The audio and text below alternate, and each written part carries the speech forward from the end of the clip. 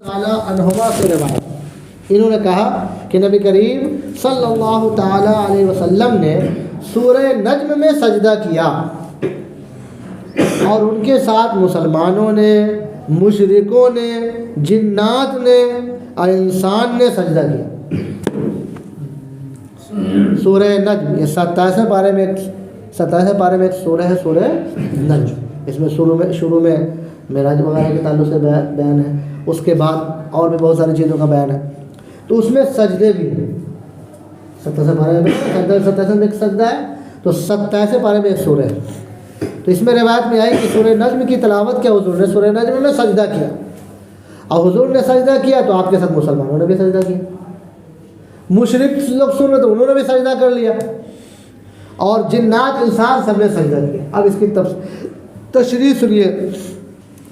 حضور نے تو سجدہ اس لیے کیا کہ آیت پڑھ کر سجدہ کیا، پڑھنے والے پر بھی واجب، اور دیگر مسلمانوں نے جو سجدہ کیا وہ سننے کی وجہ سے کیا، کہ ان پر سننے کی وجہ سے واجب ہوا، یہ ہوا۔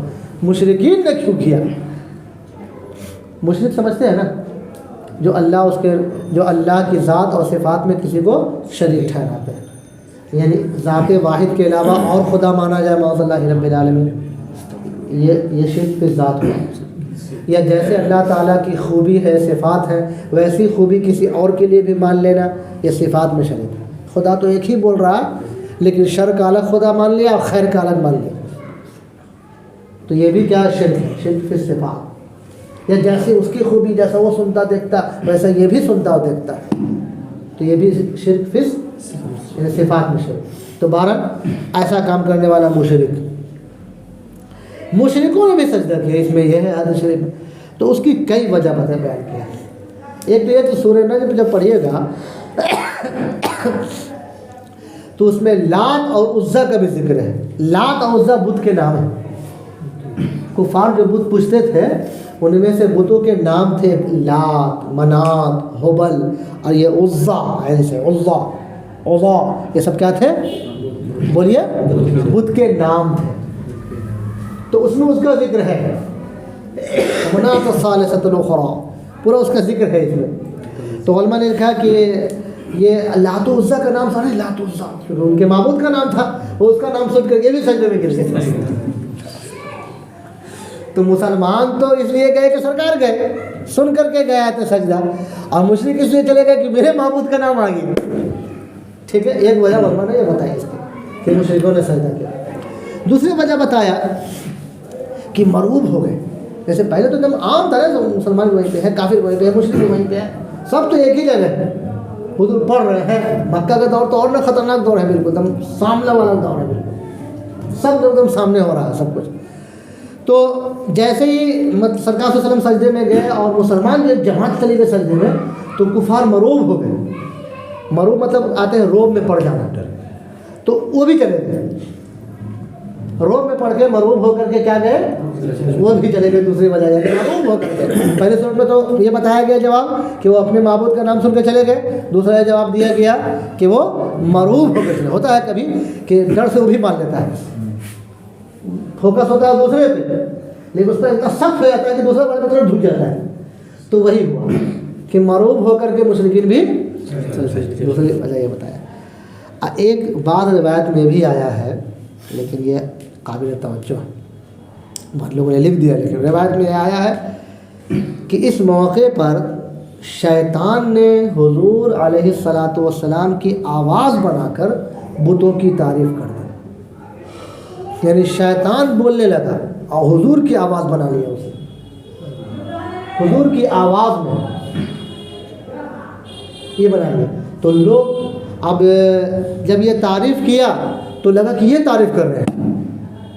یہ ایک روایت میں یہ بھی آیا ہے کہ بتوں کی یہ یا خود سرکار صلی اللہ علیہ وسلم سے بغیر قصد کے زبان پر وہ الفاظ جاری ہو گئے جس سے بتوں کی تعریف ہو رہی تھی۔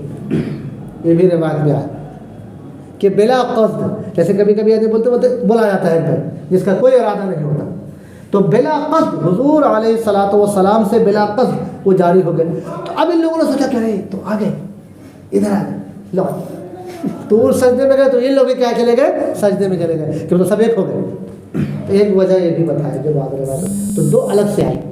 ایک تو یہ کہ شیطان نے حضور علیہ السلام کی آواز بنا کر، یاد رکھیں شیطان بہت بڑا فنکار کا نام، شیطانی ظاہر بڑا شیطان ہے. جب یہ سب اتنے بڑے فنکار ہیں تو آپ سب کا باپ نے وہ، جب اس آواز میں یہ گانے میں اس میں اتنی کشش ہے کہ وہ سارے لوگوں کو موہ لے رہا ہے تو سب چیلے ہی چپاٹی نہیں گنا جائے گا، وہ تو سب کا باپ ہے نا. تو وہ آواز بنا کر کے کہا، بولا تو سمجھے کہ حضور علیہ السلام کی زبان پر جاری ہوا، لہذا مشرکین کیا چلے گئے؟ سجدے میں چلے گئے. اور دوسری وجہ کہ نہیں، سرکار کے زبانے سے جاری ہوا لیکن بلا، بولو بھائی، بلا قصد، بلا ارادہ. زبان سے کبھی جاری ہوا تو ارادہ نہیں ہوتا، اس لیے یہ کرتا ہے، تو بلا قصد جاری ہوا. لیکن دونوں روایتوں پر تو وہ یہ دو صورت میں جو سجدے میں گئے مشرکین، یہ مشرکین پر بات کر رہا ہوں کہ مشرکین کیوں چلے گئے، مسلمان کو سمجھ میں آ رہا. تو یہاں پر جو گئے وہ شکرانے کے طور پر گئے. کون؟ ہاں، معلوم ہوا کہ ان کے یہاں پہ سجدہ کا سسٹم تھا، اپنے معبودانہ بادلوں میں کرتے تھے لیکن وہ سسٹم تھا. وہ شکرانے کے طور پر سجدے میں گر گئے کہ چلو اچھا اب یہ خود بول رہے ہیں، تو وہ شکرانے کے طور پر چلے گئے، ہے نا. لیکن دونوں روایت پر سخت کلام کیا گیا. تو دونوں میں فرق ہوا کہ مسلمانوں نے جو سجدہ کیا وہ تلاوت سننے کی وجہ سے، اور مشرکوں نے سجدہ کیا وہ تلاوت اس روایت میں سننے کی وجہ سے نہیں بلکہ شکرانے کے طور پر. ٹھیک ہے، لیکن اس پہ کلام کیا گیا ہے یہ کہ روایت بتوں کی تعریف، سرکار صلی اللہ علیہ وسلم کی زبان پر بتوں کی تعریف جاری ہونے کی روایت یہ محض باطل ہے نا، کہ سرکار کے زبان سے جاری ہو جائے، یہ گڑھی ہوئی بات ہے. مورخین نے گڑھ لیا، گڑھ کر کے بیان کر دیا، محدثین نے نہیں لیا. محدث بولتے ہیں حدیث پڑھنے والے، پڑھانے والے، لینے والے، جمع کرنے والے، محنت کرنے والے کو کہا جاتا ہے محدث. محدثین نے یہ روایت نہیں لیا، سرکار کی زبان سے طرح جاری ہو جائے گا. ایک ہوتی ہے تاریخ، ایک ہوتی ہے حدیث. تاریخ حدیث میں بڑا فرق ہے.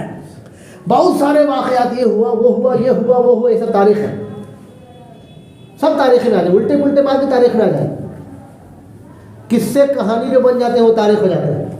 ابھی جو جھوٹے جھوٹے ایک سے قصے سنیے گا، وہ زمانے بڑا ہزار سال پہلے گئے، ایسے تھے ویسے تھے، دودھ پی رہے تھے، چورا لیے تھے، کیا کیا کیا سب، وہ سب جو ہے وہ قصے سے تاریخ بن گئے. تو وہ کیا ہوتے ہیں؟ تاریخ بن گئے، ہے نا.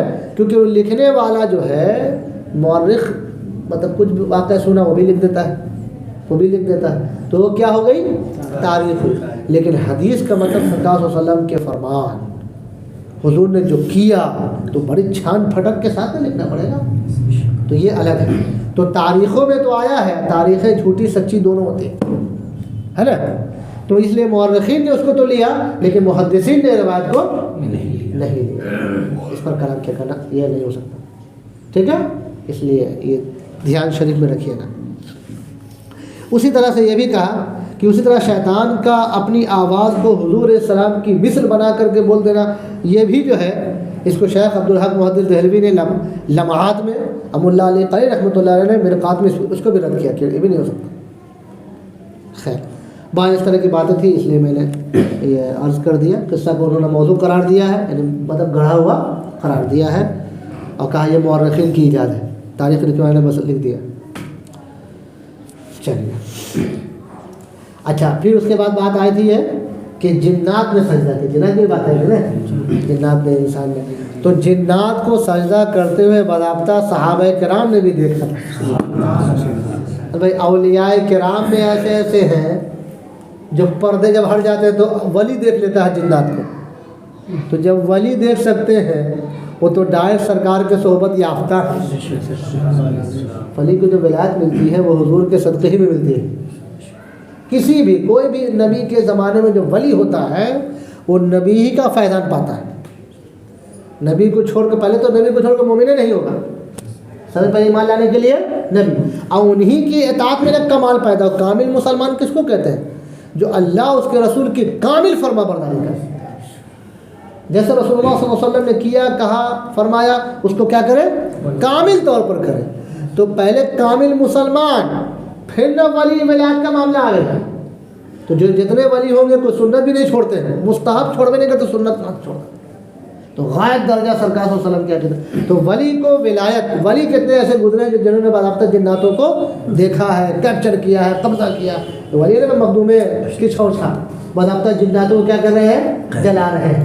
تو یہ جب جناتوں کو جلا رہے ہیں تو صحابی ہیں، اور صحابی پر جو فیضان جاری ہوتا ہے وہ ڈائریکٹ سرکار صلی اللہ علیہ وسلم سے ہے نا، اس سے ان کے سامنے سارے پردے کیا ہو جاتے ہیں؟ ہٹ جاتے ہیں. تو بہرحال یہ بھی ہے کہ صحابہ نے اس موقع پر جنات کو سجدہ کرتے دیکھا، اس لیے یہ بات آئی حدیث شریف میں کہ حضور صلی اللہ تعالیٰ علیہ وسلم نے سورہ نجم میں سجدہ کیا، اور آپ کے ساتھ مسلمانوں نے، مشرکوں نے، جنات نے اور انسان نے کیا کیا؟ سجدہ کیا. وعن ابی ہریرہ قال سجدنا مع النبی صلی اللہ تعالیٰ علیہ وسلم فی اذا السماء انشقت واقرأ باسم ربک. حضرت ابو ہریرہ رضی اللہ تعالیٰ عنہ سے روایت، انہوں نے کہا کہ ہم نے نبی کریم صلی اللہ تعالیٰ علیہ وسلم کے ساتھ اذا السماء انشقت میں اور اقرأ باسم ربک میں سجدہ کیا. یعنی ان دونوں سے معلوم ہے کہ ان دونوں صورت میں سجدے ہیں. یہ تیسرا پارہ میں دونوں سورہ ہے، اذا السماء انشقت بھی اور اقرأ باسم ربک بھی. دونوں کس میں ہے؟ تیسرا پارہ ہے. بتایا کہ تیسرا میں کتنے سجدے ہیں؟ 2 سجدے ہیں. یہی دونوں سورہ میں سجدے ہیں، ہے نا. تو دونوں سے اسے معلوم ہے کہ دونوں سورہ میں کیا ہے؟ سجدے ہیں. اچھا ابھی آپ کے سامنے قرآن شریف باضابطہ ایسا لکھا ہوا ہے نا، باضابطہ حرکت ہے، اعراب ہے، نقطہ ہے، آیت ہے، سجدہ لکھا ہوا. تھوڑا پہلے ایسا تھا، وہ تو دم کوئی اعراب نہیں، تو سادہ سادہ بالکل اتر رہا ہے، کوئی حرکت نہیں، کوئی زبر زیر پیش نہیں، اعراب کچھ نہیں، نقطے تک نہیں تھے کہنے والا. لیکن ان کی زبان ہی ایسی ہے سبحان اللہ، مادری زبان، پھر نقطے آئے، اس کا پھر حرکات. تو حجاج بن یوسف کا بلا، حجاج بن یوسف نے اعراب لگوایا ہے اس میں، حالانکہ بڑا ظالم گزرا ہے، وہ بڑا ظالم حاکم گزرا حجاج بن یوسف ثقفی، لیکن اس کا یہ والا کام بڑے اچھا ہو گیا. تو کبھی کبھی اللہ تعالیٰ ظالم و جابر سے بڑا اچھا کام لے لیتا ہے جی. اور حدیث شریف میں بھی ہے کہ زمانہ آئے گا کہ اللہ فاسقوں سے دین کا کام لے لے گا، کافروں سے دین کا کام لے لے گا. جی یہ بھی دھیان رہے کہ اللہ تعالیٰ وہ کام لینا ہے تو فاسقوں سے، کافروں سے، وہ جس سے چاہے گا کام لے لے گا.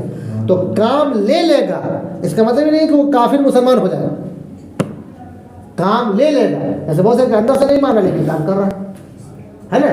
تو کام بہت سے ایسا معاملہ نہیں کہ بھائی کسی کافر کے آ جانے کی وجہ سے کوئی مسجد ہاتھ میں آ گئی، نہ دیکھتے کبھی پورا کسی کا سپورٹ ہو گیا، کسی نیتا کا سپورٹ ہو گیا، بڑے مقام پہ تھا، مسجد یہ تھی، اس کے سپورٹ سے کیا آ گئی تو کام کون لیا؟ اللہ. کس سے لیا؟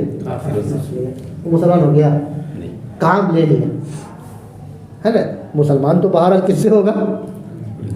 ایمان لانے سے، ایمان لانے ہی سے، اللہ اور اس کے رسول پر ایمان لانے ہی سے مسلمان کہلائے گا. لیکن کام اس کا اچھا کہلاوے گا؟ کام اچھا برا ہوتا ہے؟ کام اچھا برا ہوتا ہے، اس کا کام اچھا کہا جائے گا. ہاں برابر اچھا کام کیا، اس میں کوئی شک نہیں بھائی. چاہے کام جو کرے، مسلمان کرے کہ کافر کرے، کام کو اچھا برا کہا جا سکتا ہے. کام کی طرف دیکھتے ہوئے، ایک ہے اس کو اچھا برا کہہ رہا ہے، کام کو اچھا برا کہہ رہا ہے.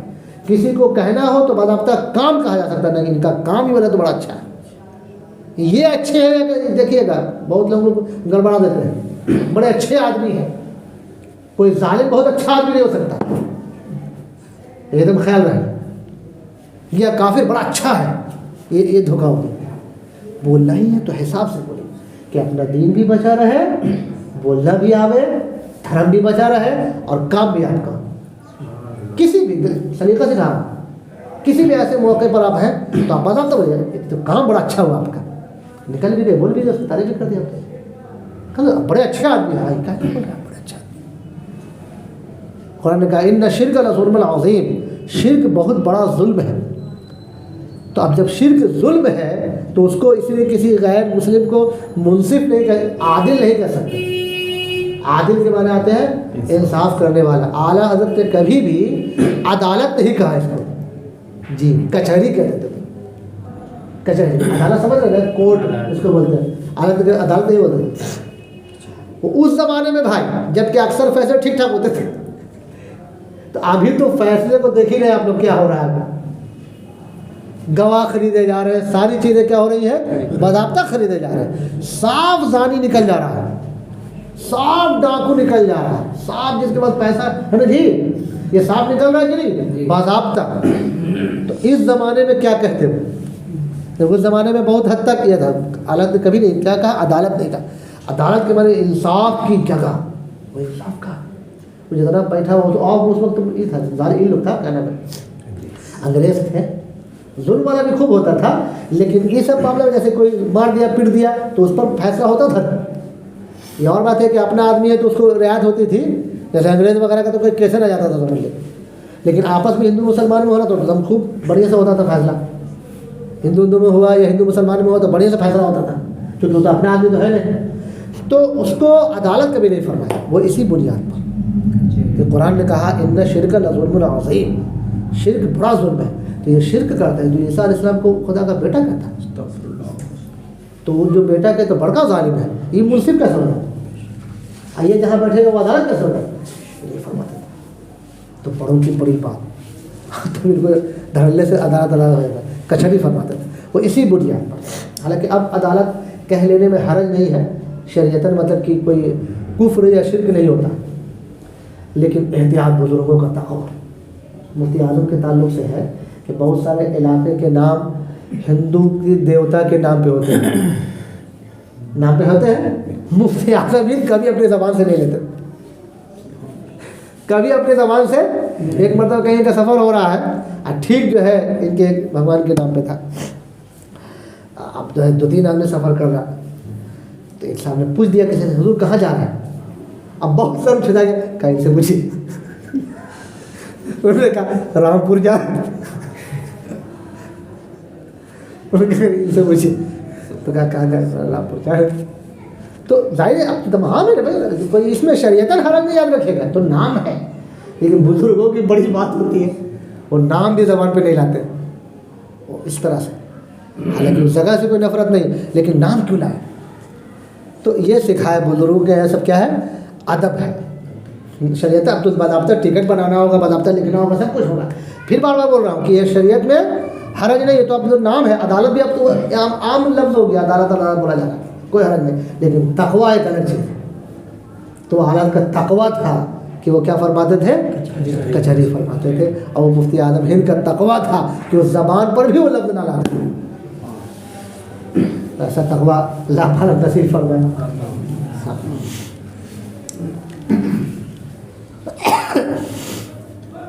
تو ان دونوں صورت میں کیا ہے؟ سجدے ہیں، ہے نا، اس سے معلوم ہوا. سورہ اذا السماء انشقت میں اور اقرا بسم میں. اللهم صل على سيدنا مولانا محمد وبارك وسلم صلاة وسلاما عليك يا رسول الله صلى الله عليه وسلم. کریمہ کا سادہ متنوازہ مولا کریم. بعد 2 حدیث شریف ماں ترجمے تشریح کے عرض کیے گئے سجدے کی باتیں، مسائل بیان کیے گئے، مولا سے ذہن میں، دل میں، دماغ میں محفوظ فرما. اس کی برکتیں دنیا اور آخرت دونوں میں جاری اور ساری فرما. ہم سب کا ایمان پر خاتمہ نصیب فرما. ادب کے الفاظ بولنے کی، سمجھنے کی اور علم حاصل کرنے کی، علم جو حاصل ہو رہا ہے مولا اس کی برکتیں نصیب فرما. حدیث شریف کے ذریعے جو ہم لوگ علم سیکھ رہے ہیں، سکھا رہے ہیں، اس کی برکتیں نصیب فرما. ہم سب لوگوں کا حشر حدیث شریف کے طالب علموں میں فرما دے. دنیا میں بھی معاملہ طالب علموں جیسا فرما. صلی اللہ تعالی علی خیر خلقہ محمد وعلی آلہ واصحابہ وازواجہ وذریاتہ اجمعین برحمتک یا ارحم الراحمین.